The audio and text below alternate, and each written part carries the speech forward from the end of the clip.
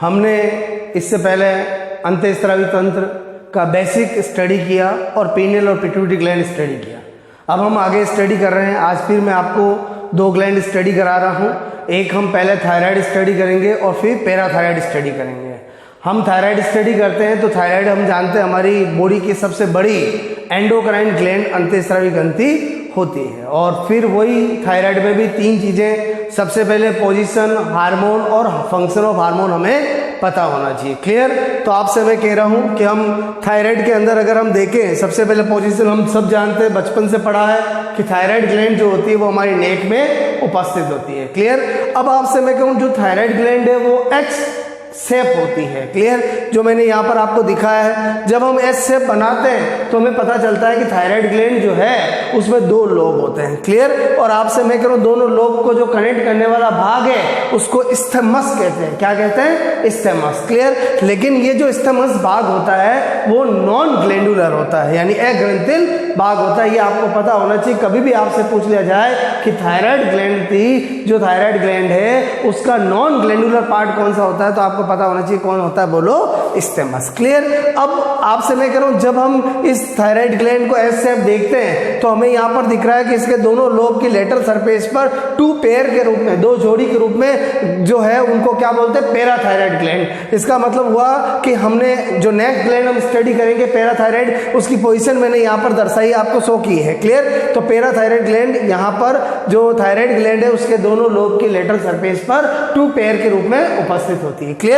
अब अगर हम हार्मोन की बात करें, हमने बचपन से पढ़ा है कि जो थायराइड ग्लैंड है वो थायरोक्सिन हार्मोन को रिलीज करती है। क्लियर? लेकिन एक्चुअली क्या है कि कैसे ये थायरोक्सिन हार्मोन बनता है, उसके लिए हमें क्या करना पड़ेगा, ये जो थायराइड ग्लैंड है उसका हम ट्रांसफर सेक्शन कट करके जब माइक्रोस्कोपिक स्टडी करते हैं तो हमें पता चलता है कि थायराइड ग्लैंड के अंदर बहुत सारे थायराइड फॉलिकल्स होते हैं। क्लियर? इन थायराइड फॉलिकल्स जो होते हैं उनके अंदर आपसे मैं कह रहा हूं जो क्यूबॉइडल ग्लैंडुलर एपिथेलियम होती है और सेल्स होती है वो क्या करती है, थायरोग्लोबुलिन हार्मोन स्रावित करती है। ये थायरोग्लोबुलिन हार्मोन जो होता है वो इनएक्टिव होता है। क्लियर? और आपसे मैं कह रहा हूं इन फॉलिकल्स के बाहर स्ट्रोमा होता है जो आयोडीन रिच होता है। क्लियर? और आपसे मैं कह रहा हूं जब ये थायरोग्लोबुलिन जो इनएक्टिव फॉर्म है वो बाहर स्ट्रोमा में आता है और आयोडीन से रिएक्शन करता है तो T1, T2, T3, T4 बनाता है। और जो आपका T4 है वही स्टेबल फॉर्म है और उसी को हम थायरोक्सिन हार्मोन कहते हैं। क्लियर? तो इतनी आपको मेरी बात समझ में आई होगी।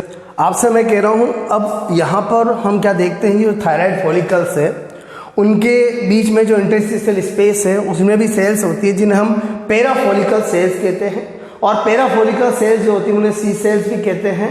और ये जो पैराफॉलिकल सेल्स है वो कैल्सिटोनिन हार्मोन को रिलीज करती है। और ये कैल्सिटोनिन हार्मोन जो है वो ब्लड में कैल्शियम लेवल को डिक्रीज करता है। आगे जाकर हम जब थायराइड ग्लैंड पढ़ेंगे तो जो पैराथायराइड ग्लैंड पढ़ेंगे, पैराथायराइड ग्लैंड भी PTH आप पैराथार्मोन हार्मोन स्रावित करती है और वो ब्लड में कैल्शियम लेवल को इंक्रीज करता है। तो यहाँ पर हमें ध्यान रखना है कि जो PTH हार्मोन है, पैराथार्मोन हार्मोन है, और जो आपका कैल्सिटोनिन हार्मोन है वो एक दूसरे के एंटागोनिस्टिक होते हैं, यानी एक दूसरे के विपरीत कार्य करने वाले होते हैं। ये आपको ध्यान रखना है। क्लियर? अक्सर कंपटीशन एग्जाम में क्वेश्चन आ जाता है कि जो कैल्सिटोनिन हार्मोन है वो आपसे मैं कहूँ किन सेल्स द्वारा स्रावित किया जाता है, तो आपको क्या पता होना चाहिए, पैराफॉलिकुलर सेल्स। पैराफॉलिकुलर सेल्स हैं कहाँ पर, तो जो थायराइड के फॉलिकल्स है उनके बीच के अंदर स्पेस में ये होती है, जो मैंने आपको यहाँ पर ट्रांसफर सेक्शन छोटा कट कर बताया है। क्लियर?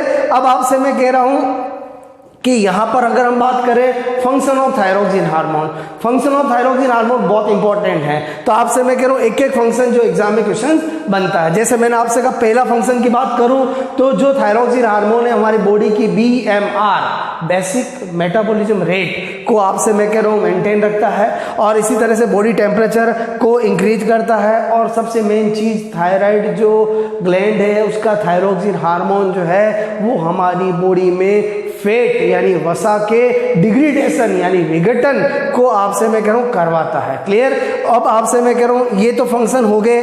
अब 2 बहुत इंपॉर्टेंट फंक्शन हम जानते हैं, एम्फीबियंस जो उभयचर होते हैं जैसे फ्रॉग है उनमें मेटामॉर्फोसिस की क्रिया होती है। मेटामॉर्फोसिस का मीनिंग क्या है कि जो लार्वा है उसका एडल्ट में बदलना मेटामॉर्फोसिस कहलाता है। और आपको पता होना चाहिए कि ये जो थायरोक्सिन हार्मोन है वो एम्फीबियंस के अंदर मेटामॉर्फोसिस को इंड्यूस करता है। अब यहाँ से बहुत इंपॉर्टेंट क्वेश्चन क्वेश्चन एग्जाम में बनता है। हम सब जानते हैं फ्रॉग का जो लार्वा होता है उसको टेडपोल कहते हैं। तो बहुत सी बार कंपटीशन एग्जाम में ये आता है कि निम्न में से किसको अगर हम तालाब में डालें तो आपसे मैं कह रहा हूँ वहां पर लार्वा से, टेडपोल लार्वा से फ्रॉग जल्दी बनेंगे, ज्यादा बनेंगे। ऑप्शन में होता है क्लोरीन, फ्लोरीन, ब्रोमीन, आयोडीन। तो आंसर आयोडीन होगा, क्योंकि हम बहुत अच्छे से जानते हैं कि आयोडीन जो होता है वही थायरोक्सिन हार्मोन को बनाने वाला होता है। क्लियर। इसी तरह से जो रेप्टाइल्स होते हैं, सरीसृप होते हैं, उनमें निर्मोचन यानी मोल्टिंग की क्रिया को भी ये प्रेरित करता है। बात समझ में? तो आपसे मैं कह रहा हूं, मैंने आपको सबसे पहले पोजीशन, फिर हार्मोन और फिर हमने यहां पर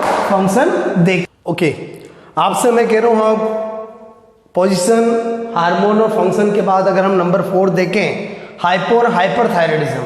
अब क्या होता है कि मैंने आपसे पहले ही बताया, ये जो थायराइड ग्लैंड होती है उसमें आपको पता होना चाहिए कि हाइपोथायराइडिज्म और हाइपरथायराइडिज्म दो तरह की प्रॉब्लम होती है। हाइपोथायराइडिज्म में क्या क्या इंक्लूड करते हैं हम? सबसे पहले हम बात करते हैं बोनापर्ड्रोफिज्म। अब जिसको हम क्रिटिनिज्म बोलते हैं, हमें पता होना चाहिए कि जो थायरोक्सिन हार्मोन है उसकी कमी से जो बच्चे बोने रह जाते हैं वो मेंटली रिटार्डेड होते हैं और उसको क्या बोलते हैं? क्रिटिनिज्म। हम ये साइकोलॉजी में भी स्टडी करते हैं। क्रिटिनिज्म आपसे मैं करूँ मेंटल डिसऑर्डर्स में आता है। क्लियर। इसी तरह से यानी मानसिक दुर्बलता। और एक मैंने आपको बताया कि जो पिट्यूटरी ग्लैंड है उसका जो ग्रोथ हार्मोन है उसकी डेफिशिएंसी से भी बच्चे बौने रह जाते हैं, लेकिन वो बच्चे जो होते हैं वो शारीरिक और मानसिक रूप से हेल्दी होते हैं, वो सर्कस में काम करते हैं, सर्कस मिडगट उनको कहा जाता है। तो ये दो जो हार्मोन है जिनकी वजह से ट्रोफिज्म बोनापन होता है, यहाँ पर आपको ध्यान देने की जरूरत है। अगर मानसिक दुर्बल की बात आए तो थायरोक्सिन आएगा, और मानसिक रूप से स्वस्थ आएगा तो वो कौन आएगा? आपका पिट्यूटरी जो आपसी ग्लैंड है उसका ग्रोथ हार्मोन आएगा। क्लियर। इसी तरह से हम सामान्य गलगंड की बात करें, सिंपल गोइटर, आपसे मैं कह रहा हूँ बहुत पुराने जमाने में जब लोग जो है आपसे मैं कह रहा हूँ आयोडीन युक्त नमक नहीं खाते थे तो उनको आपसे में गोइटर यानी गलगंड हो जाता था। अब आपसे में हम जानते हैं आज के टाइम में सभी जो हैं वो आयोडीन युक्त नमक खाते हैं, इसलिए सिंपल गोइटर जैसी प्रॉब्लम अब नहीं होती है। तो आपको कभी भी एग्जाम में पूछा जाए कि सिंपल गोइटर जो है वो किसकी आपसे मैं कह रहा हूँ कमी को पूरा करने पर ठीक हो जाता है, तो आयोडीन युक्त नंबर खाने पर ये ओके हो जाता है, ठीक हो जाता है। इसी तरह से मिक्सोइडिमा का संबंध भी हाइपोथायराइडिज्म है। आज के टाइम में हम जानते हैं जो फीमेल के अंदर हाइपोथायराइडिज्म जो होता है उसी को मिक्सोइडिमा कहते हैं। एक्चुअली कैसे पता चलता है आपसे मैं कह रहा हूँ फीमेल को या गर्ल्स को कि हमें हाइपोथायराइडिज्म है? तो आपसे मैं कह रहा हूँ यहाँ पर क्या होता है कि हमें हमेशा दिमाग में फंक्शन थायरोक्सिन हार्मोन के ध्यान रखना चाहिए। हाइपोथायराइडिज्म में थायरोक्सिन हार्मोन का स्तर लेवल कम होगा तो क्या क्या सिम्टम्स आएंगे? बीएमआर डिक्रीज हो जाएगी, आपसे बॉडी टेम्परेचर डिक्रीज हो जाएगा, वसा का विघटन नहीं होगा। अगर वसा का डिग्रेडेशन नहीं होगा तो आप जानते हैं वेट गेन होगा, ओबेसिटी होगी। और वेट गेन एक ऐसा सिम्टम्स है जिससे सबसे पहले डायग्नोस होता है कि मे बी हाइपोथायराइडिज्म। क्लियर। इसी तरह से हाशिमाटो डिजीज, आपसे मेरे को हाशिमाटो नाम के वैज्ञानिक ने इसके बारे में बताया था, इसलिए इसको हाशिमाटो डिजीज बोलते हैं। एक्चुअली क्या होता है कि कभी कभी थायराइड ग्लैंड में चोट लगने पर उसको ठीक करने के लिए जो मेडिसिन ली जाती है वही एंटीजन का काम कर जाती है, और उसको ठीक करने के लिए जो आपसे मैं करूँ उसको हमारा इम्यून सिस्टम उसके आगे एंटीबॉडी बना लेता है, और आपसे मैं करूँ उससे थायराइड ग्लैंड ही नष्ट हो जाती है। इसलिए इसे सुसाइड ऑफ थायराइड भी कहा जाता है। क्या कहा जाता है? बोलो, suicide of thyroid. Clear, very important. आपसे मैं करूँ हाइपरथायराइडिज्म की बात करें, हाइपरथायराइडिज्म नाम से पता चल रहा है थायरोक्सिन हार्मोन का लेवल इंक्रीज हो जाना। और आपसे मैं कह रहा हूँ इसमें एक्स ऑप्थेल्मिक ग्वाइटर आता है। एक्स ऑप्थेल्मिक ग्वाइटर जिसको भी होता है उसमें क्या होता है कि उसकी जो आई बॉल होती है आई की वो बड़ी हो जाती है, और आई जो है आई बॉल बाहर निकली हुई दिखाई देती है, आईज रेड हो जाती है। इट मीन्स उसको एक्स ऑप्थेल्मिक ग्वाइटर प्रॉब्लम है। एक्स यानी एक्सटर्नल, ऑप्थेल्मी यानी रिलेटेड टू आई। क्लियर। इसी तरह से ग्रेव्स रोग, पाल्मर रोग, ये सब हाइपरथायराइडिज्म से संबंधित है। अब एक्चुअली इनमें क्या सिम्टम्स आएगा? तो हाइपरथायराइडिज्म है। अगेन आपसे मेरे को सिम्टम्स जानना है तो थायरोक्सिन जो अपन ने हार्मोन देखा उसके फंक्शन दिमाग में रहने चाहिए। क्या हो जाएगा इसमें? बीएमआर इंक्रीज हो जाएगी, आपसे मेरे को बॉडी टेम्परेचर इंक्रीज हो जाएगा, वसा का डिग्रेडेशन इंक्रीज हो जाएगा। इट मीन्स उस पर्सन का वेट लूज होगा। क्लियर। तो ये जो सिम्टम्स है जस्ट इसके अपोजिट होंगे। क्लियर? तो आपसे मैं कह रहा हूँ हमने अभी थायराइड ग्लैंड को स्टडी किया। मैंने आपको सबसे पहले पोजीशन बताई, देन फिर मैंने हार्मोन बताया, देन हार्मोन जो थायरोक्सिन हार्मोन कैसे बनता वो देखा, फिर हमने उसके फंक्शन देखे और आपसे मैं कहूँ हाइपोथायराइडिज्म और हाइपरथायराइडिज्म देखा। क्लियर? हम नेक्स्ट स्टडी कर रहे हैं पैराथायराइड ग्लैंड, और आपसे मैं कहूँ पैराथायराइड ग्लैंड जो होती है उसमें भी अगर बात करें पोजीशन की, तो अभी मैंने आपको जब थायराइड ग्लैंड बताया तो मैंने आपको बताया कि जो पैराथायराइड ग्लैंड होती है वो 2 पेयर के फॉर्म में जो थायराइड ग्लैंड होती है उसके दोनों लोब की लेटरल सरफेस पे उपस्थित होती है। क्लियर? तो आपसे मैं कहूँ lateral surface of 2 lobe of thyroid gland. Clear?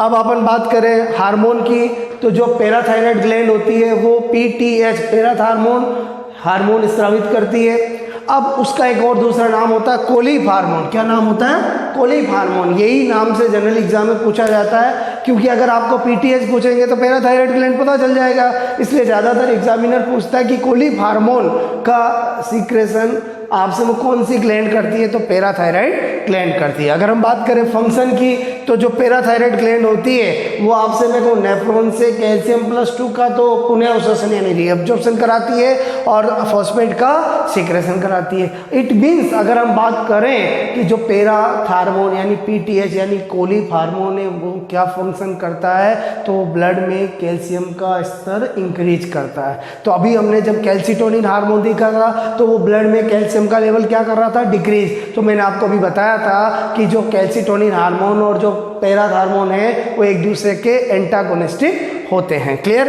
अब अगर अपन बात करें हाइपोपैराथायराइडिज्म और हाइपरपैराथायराइडिज्म, एक्चुअली क्या होता है? हाइपोपैराथायराइडिज्म मीनिंग PTH हार्मोन की कमी। अब PTH हार्मोन की कमी क्या होगी तो क्या होगा? ब्लड में कैल्शियम की कमी होगी। ब्लड में कैल्शियम की कमी होगी तो क्या होगा? मसल को हम जानते हैं कॉन्ट्रैक्शन रिलैक्सेशन के लिए कैल्शियम की नीड होती है, और अगर मसल्स को कैल्शियम बराबर नहीं मिलेगा, कम मिलेगा, तो क्या होगा?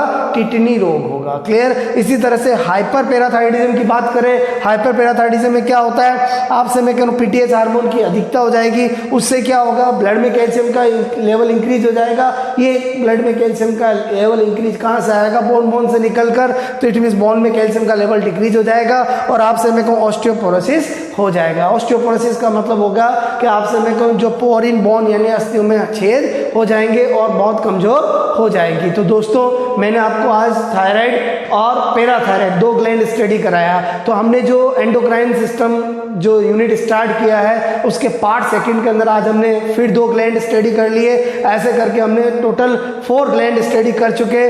पार्ट फर्स्ट के अंदर पीनियल और थायराइड, पीनियल और पिट्यूटरी, और यहाँ पर थायराइड और पैराथायराइड। अगर आपको ये अच्छा लगे तो आपसे मैं उसको लाइक करें, शेयर करें और सब्सक्राइब करें अपने चैनल को, और आपको आगे की ग्लैंड और मिलती रहेगी। Okay, thanks a lot.